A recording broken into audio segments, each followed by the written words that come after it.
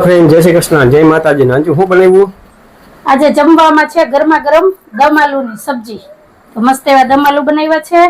હારે છે પાપડ, રોટલી, જીરા રાઈસ, કેરી ને અથાણું. તો કઈ કહું છે આજ રાતનું જમવાનું. જીરા રાઈસ બનાવ્યા? હા, તો દાલ ફ્રાય ના બનાવી? દાલ ફ્રાય બનાવવાનું તે પણ નહોતું કીધું. મને તો તે કીધું હતું કે મારે છે ને રાઈસ ખાવા છે. તારા મને કેટલા દિવસ ત્યાં કહેતી હતી. અમે ભગુડા ગયા ને ત્યારે હોટલમાં જમવા ગયા હતા, ત્યાં જીરા રાઈસ ને દાલ ફ્રાય ખાધી હતી. એટલે મને કે મમ્મી તને રાઈસ બનાવતા નથી આવડતા, રાઈસ બનાવતા નથી આવડતા, નહીંતર અમારે રોજ દાળ ભાત હોય. એટલે મેં બેન મને રાઈસ બનાવતા નથી આવડતા, હું આ રોજ બનાવું શું છે?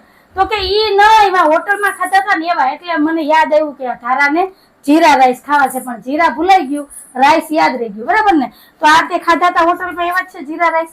રેડી? ઓકે, આવા જ ખાવા હતા.